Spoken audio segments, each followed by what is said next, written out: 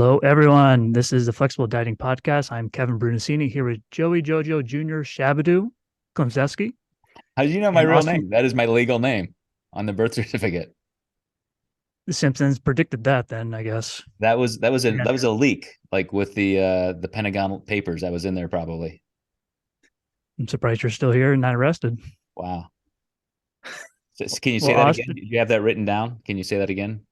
One more time. Joey Jojo Jr. 𝙁𝙀𝙀 Okay. Klemczewski. Yeah, you totally nailed it. And Austin Kiergaard. Unfortunately, the Simpsons haven't predicted your name yet, so That's give the another last 30 notice, years. everybody. Oh, that was But, the Simpsons reference you said. See, I told you I wouldn't get it. yeah. I know. I'm sure no one else will. And if someone is listening or watching and does get it, message me. We're BFFs. You'll be. We'll go from there. But yes, there we go. There's the Simpsons reference and the way to start the morning. So what's up, guys? I'm gonna go watch the Simpsons. Season 5. That's The fact the you have casino the episode. season and the episode down is just impressive. It's the casino episode. I You think it's should have episode an 6. entire wall No, it's in not your 6. office, like with the 25, 30 year IMBD like listings. Just there we go. For those that are watching, they'll have the pleasure of. I'll just leave it like that. So those my Simpsons wall, and I do have a picture of my wife and I upstairs, immortalized as a Simpsons character. Nice. As you know, my avatar. I'll go off camera and then we'll get back into the real business. There you go. There's my Simpsons avatar. All right, enough of that crap. Come on, Joe. So I'll be I'm actually in the mood to talk for once. This will last 2 seconds. So today's topic is relaxed meal, and I wanted to use this because I recently celebrated my birthday 10 days ago. And thanks, Joe. Voila, everyone. And this is clearly a contentious experience for a lot of clients, especially new clients that are, it doesn't have to be new, but it's a contentious experience because they don't often know how to deal with it. And even if they plan, they often may fall short of it for whatever reason, whether it's a process, whether it's the plan was never even thought of. It's an opportunity for us to help them. I don't want to say at their most vulnerable, but at a very vulnerable time when it can easily derail for them. And this is the time to really help them. And really sounds dramatic when saying this, but this is a pivotal time where it can really, if they have a better understanding of their food, but have a better relationship with their food, it can really kind of ease their anxiety from going through an experience like this can really ease that anxiety. So I wanted to first kind of mention what I have done, what I do with a planned indulgence, and then funnel it to you too in terms of how you help clients set this up for them. But after doing this for 16, 17 years, it certainly has become easier with time. That would probably be a first main point for listeners is it is a process. So take that time, learn from it. But 6 months in advance, I knew I was getting a donut cake because that's what I have done for my birthday. It's fucking phenomenal. And if it's literally 12 inches of donuts or a donut cake, it's incredible. What kind of donut? This year we did split. So it was split chocolate. And then on the other side was a glaze with sprinkles on both. And it was cake donut, but not like a glaze. Like I've never had a donut. An actual donut, like a big yeasty donut in 12 inches. It's remarkable. It's fucking phenomenal. Yeah. I love donuts. I think we need to do a topic on blood sugar next. I'm a fan. So I don't know the difference. Like when somebody says that there are layered donuts, like 100-layer donuts in Nashville, there's a company called Five Daughters, and we had a new franchise start in Evansville, Parlor Donuts, and they have 65 franchises now around the country. And instead of just a pile of dough that you throw into the oil, like at Krispy Kreme, which just those kind of things just gross me out. Like I can't eat 2 bites of a donut like that without just feeling sick. But a layered donut for some reason is more like a pastry, and I can eat that. Do you know the difference, Kevin? No, it's a donut. I'm going to eat that, enjoy it, just like pizza and French fries. Okay, all right. But sorry for the intrusion. Back to your topic. Yeah, you lost a turn for next week, so you're not going to be able to speak. I have had I have had that donut place in Nashville. It is quite good, to be honest. It's a donut. It's all good, but nonetheless, geez, Joe, never going to go over time. This is going to be the downfall. We'll make it. We'll survive. So going back to what I plan, without, that's the first point, is you got to have some idea and be realistic of what you're planning to eat, whether you want to do that. You don't have to indulge if you don't want to, but a birthday is an event, a celebration of some sort. Everyone's tweets around in terms of what they want to justify, what they want to eat and how they want to eat on such an event. But it's my birthday. I'm going to enjoy myself, but I know coming into it, I don't want to overdo it. Yes, and there will be some indulgence, but that is my expectation. That is my plan. Is I don't need to have a donut plus burgers and fries plus ice cream plus this and this like I would have done 20 years ago. As much as I would love to do that, it's just I don't want to feel like shit. So why go through that process? And so going back to my process, planning, being honest, and evaluating what are the expectations I want to create for myself, and what will allow me to indulge, enjoy myself, but not to a point of gluttony and insensibility.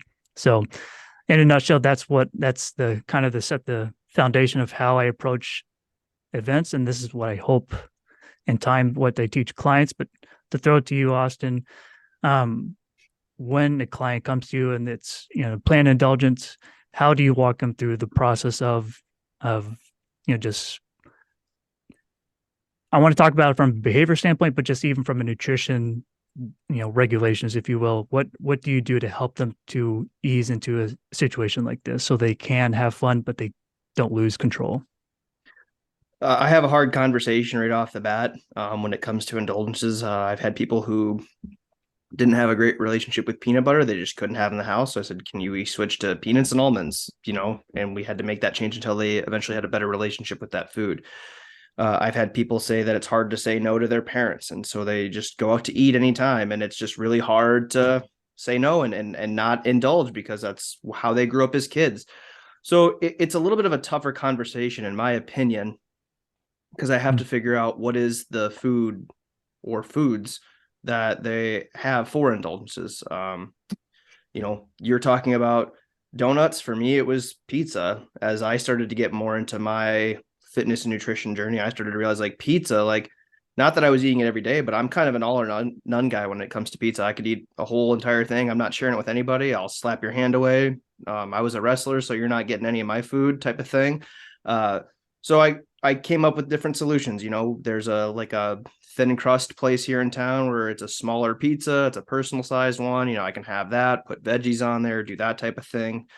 But that's me. When I'm talking to clients, they might not be able to handle that same situation. So I like to just have that hard conversation. What is the foods, or what are your indulgences? How often are you surrounding yourself with those indulgences? What have you done in the past? What has worked? What hasn't worked? Right. And then try to give them some other pieces of advice. So it might be, this sounds like it's a big struggle for you and it's kind of what's slowing you down. Would you be comfortable in doing something alternatively? If it's saying no to the parents, can you have that conversation with your parents and say, hey, if we go out to eat, can we make it something that's got a healthier option and menu? And then we do this, so you don't have to feel that urge. And it's really trying to figure out how we can break those down into, can we make these alternative changes? If it's at work, right? Snacking at work, and I just like to just constantly graze. Can we get up and go to the water fountain, fill up our water, do a couple laps when we have those moments, trying to keep our mind busy?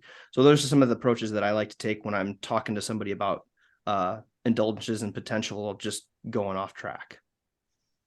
Perfect, Austin. A lot of engineering your environment, trying to maintain some control for the individual. Just that action of controlling your environment is a big maintenance behavior. Again, you're creating that control, but it's also a sense of awareness of, here's what's going on, here's the trigger, if you want to call it that, and what can we do? Take that pause a second, slow down. Here's what I'm going to do instead. And from an indulgence standpoint, even if it's planned for whatever event, it still requires same processes and forward thinking in the sense of, here's the circumstance. Here's where I could kind of go off the rails. What will I do now? What will I start thinking now? And hopefully prevent that from occurring. That doesn't always happen. That's coming. But first, I'll swing it to you, Joe. If there's other avenues that you'd like to add that Austin and I haven't spoken of yet, I'd love to hear what you do with clients that may add to it.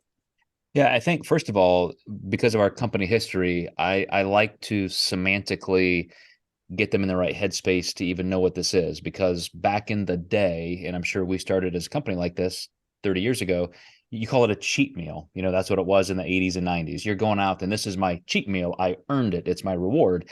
And then we decided, that may behaviorally start cementing in some bad thoughts, that it's kind of a binge, like it's okay to just go off the rails.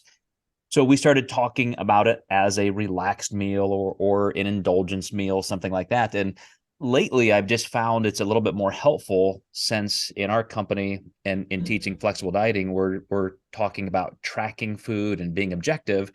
I simply now call this an untracked meal. Once a week, twice a week, however we decide it's going to be, let's just have an untracked meal. And that means we're going to practice taking those training wheels off. If we're going to have pizza, like Austin said, and we're going to plan, as you said, Kevin, let's look up pizza and let's see what you're going to eat. Should you have 2 pieces, 3 pieces? Even though we're not going to track the macros, let's be aware of what they are, because my goal is to get you up to maintenance levels of calories for that day, so that we're safely still within some glycogen storage limits and we're not throwing away an entire week, but we're practicing the art of having those foods that are indulgent, yet we still want some tethering to a responsible amount of food. We still want to know that this is not going to ruin my work so far. And it's phenomenal practice. Like, this is real world stuff. Someday we don't want you to track your food. And so to have an untracked meal here and there is starting to help you conceptualize what those food levels are without the numbers. So that's just one of the things that I try to help clients with from the beginning is, why do we need this? Yeah, to give you kind of a social break. Once you're going to have that birthday party like you just had, Kevin, maybe you do need an increase in calories once in a while, just to kind of catch your breath and say, okay, I'm moving on. Doesn't have to be every week. Could be twice a week. Could be 2 small ones in the same week.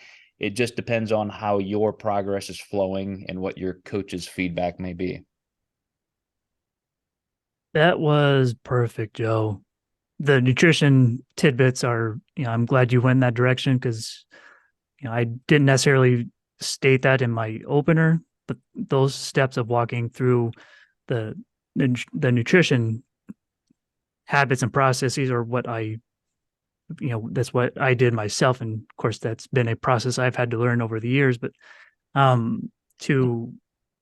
just didn't have a giant ass donut on top of everything else as far as a normal caloric day for me. I knew the donut was going to be my main powerhouse of calories for the day. So knowing that's going to, of course, I'm not eating the whole giant ass donut in one day. It would be phenomenal, but sensibly, that's not sensible. I'm not going to do so, even I would love to.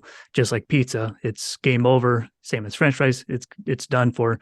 That shit will be eaten, but it doesn't have to be eaten now. And that is a big behavioral thing that I've had to modify for myself, because I can't be quite all or nothing like you, Austin, as well. But I love the nutrition practice of just, you have to plan this. You have to know what you're doing in the context of everything else, because while you can't eat it all, is that congruent to the goal? And otherwise, if you're going to choose to do that, or you're going to eat like an asshole, to each your own. But if you're going to eat like an asshole, then this kind of segues into, those circumstances where they just go off the rail of I like to give some anticipatory guidance. If you're going to eat like this, fine. Here's expectation of what to look for now. If you're going to eat 5,000 calories, which is just arbitrary 3,000 calories above maintenance, what do you expect is going to happen? Do you expect your weight's going to be less or break even? Probably not. You're going to likely see a surge there, a transient swing, which is expected. But if you don't like that, then you have to rationalize, is that what you want to deal with? Is that do you want to deal with that psychologically? If not, then there needs to be some planning and honest evaluations of what you intend to do. So to throw back to you, Austin, this question is just matter of, if you have a client, it did not go accordingly, whether it's because they lack of planning or the plan just fell through and they just said the hell with it. What do you do in terms of that dialogue? What do you do to help them to get a grip on, here's reality, here's what's going on, it's okay, next steps will be XXX? Yeah, so similar to what you just said, it's okay. We've addressed what happened, why it happened, and now the next steps are, if it's planning ahead, great. I like to also just temporarily reshift the focus. So if it's like, I'm just going to use like a weekend. We had a weekend where it was just terrible. It was a wedding. I was in the wedding and I, had a couple drinks Friday night because we had the dinner rehearsal. Then Saturday was tough. I couldn't get all my meals in because we were doing pictures. We were getting ready. And then I had a couple more drinks. Then we had the dinner and then more drinks. And it was just terrible. I like to reestablish the habit, say, okay, well, you're potentially a little hungover and not feeling great today. Try to prioritize some lean meat and some veggies and fruit and just try to make some better habits today. And then on Monday, let's try to do kind of the same thing. Let's try to get back into some better habits. And then maybe by middle of the week, we're now getting back into getting to your calories and then, just each day trying to progress versus just going through a really difficult part where it was just overindulging and then expecting them to just turn that switch the next day. Because for some people, that's incredibly hard to do, right? So I think setting up small wins, hitting a protein goal, some fruit, and maybe for like the next week, and then just reestablishing those healthy habits and then trying to get back into their calorie range is for some a better approach than just saying, I expect you to hit your macros the next day. Just because I think it allows people to get the smaller wins versus just, I failed, now I have to jump back on, I have to do X, Y, and Z. No, let's work out. Let's do this, and we'll get you there. We've addressed what happened. We addressed why it happened. We addressed some manageable ways with food and whatnot and how to do things differently for the next time. But now what's done is done, and that's okay. We can still move you forward, but let's try to do this so we can get you here. And then the next time you have an event, we've already got a game plan. And then the follow-up to that, what I like to do as a coach is I tell my clients, I want you to contact me or remind me, hey, in 5 days or 7 days, I'm going to be doing this. Great. Let's team up and let's come up with a game plan. What are you going to do in these situations? Fill in the blanks and email them back to me. How are you going to approach this? If this situation occurs, how are you going to handle it? And how can we, do this together as a team? Even though I'm not going to be there, because I want them to make the decision because it's their journey and I want them to give me the action plan of how they're going to overcome this. So that way the ball is in their court. So that's what I like to do. An if then intervention, and it's having them validate and clarify, specify, clarify, state what their intentions are, all of which it's reaffirming what they probably know. And bottom line is what you're saying, and I don't want to speak for you, Joe, yet, but it's just being reasonable and getting back into the routine regardless. It's not a continuum or a continuance of eating like shit. It's a matter of, okay, this happened, it was fun while it lasted, blah, blah, blah. We get back to what that routine is and just ease into it, especially is quite helpful for new clients. I appreciate you mentioned that because that is a big deal. But for you, Joe, again, same question as far as more things to add, just of if a client, it went horribly in their perspective, what do you do to help them to understand that maybe it's not as bad as it is? Yeah, I think what you guys have said is already perfect. So I'll just add the caveat that I will tell them not to try too hard to make up for it. So the issue at hand is often, I really overdid it. So now I'm going to do 4 hours of cardio the next day, or I'm going to starve for 2 days.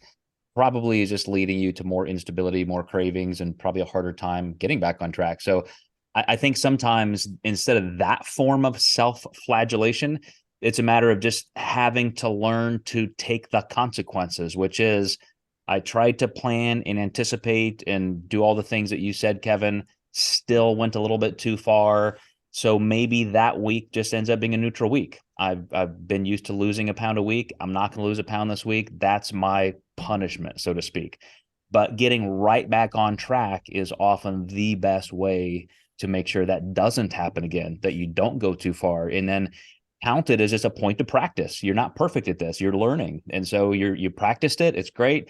You went a little too far. Next week, I know you won't do that again. And that's all part of that learning process. And couldn't have said it better, because putting another analogy of academics, you fail an exam, then might as well just quit because you're, worthless student. You suck. It's in my case, that's how it was. But I eventually had to say, no, I want this bad enough. I will have to learn what I need to do. And here we are. So I'm being facetious, but clearly we know it's unreasonable to just say, fuck it. This is terrible. I'm just going to continue on this track, because what's the point? I know that's easier said than done, but we have to understand that it maybe not as bad as we perceive it to be, but if we ultimately want to learn from this, we have to learn from it, improve, and understand the process, and continue to evolve as the process. And I suppose in closing is, just that, but understand, try when you have an indulgent meal, relaxed meal, whatever we want to call it, plan for it to sensibly, be realistic and honest with what you want to enjoy, do, and be honest with what you might expect, whether you are on track with the plan, or if you do eat more excessively. Understand what this may mean, and that's part of the learning process. But it's all catering to what maintenance behaviors and mindsets and just maintenance living is going to include, and that's planning for these events, or even non-planned events, how to navigate through these successfully without just saying, what the hell, screw it, it's not worth it. We have to still plan, execute, and evaluate, and continuously evolve. And to use your line, Joe, be the person you want to be. So I think that's it. It was close. Well, that's good. So we'll wrap it there, everyone. So thank you for listening. This is the Flexible Dieting Podcast. We'll see you on the next one.